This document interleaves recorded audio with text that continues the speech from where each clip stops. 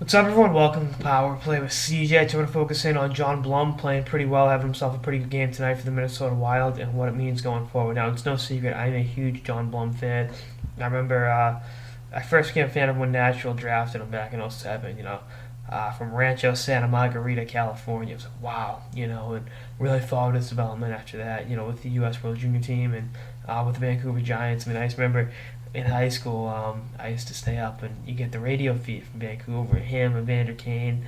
They had some really good teams in 2008, 2009, and I think it was like Casey Piero's a bottle was one of the guys.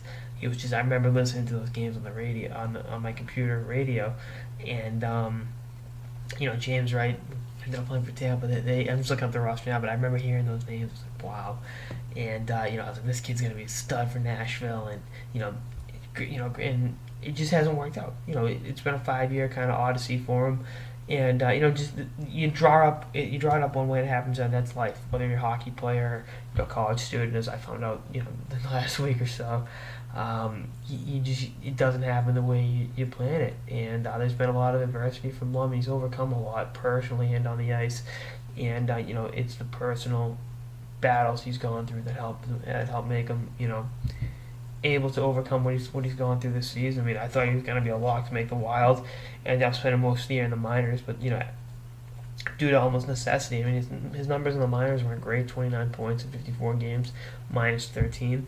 But you persevere through, you overcome it, and you just put your best foot forward every day. And I thought he looked very good tonight against St. Louis, and I think he's probably going to be on their playoff roster. He'll be playing minutes in the NHL playoffs for the Minnesota Wild.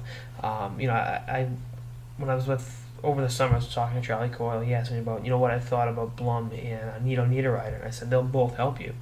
They'll both help the team. I said, and Nito's been great with 36 points, really showing why he was a top 5 pick in the draft, and the ineptitude that is the New York Islanders. But Blum had a hiccup in the preseason that led to a goal against. Handed it right to an opponent. I think it was against Winnipeg off the top of my head. Either Winnipeg or Columbus. And he ended up in the minors. He's been up a few times, but as of recently, he hadn't been up much at all.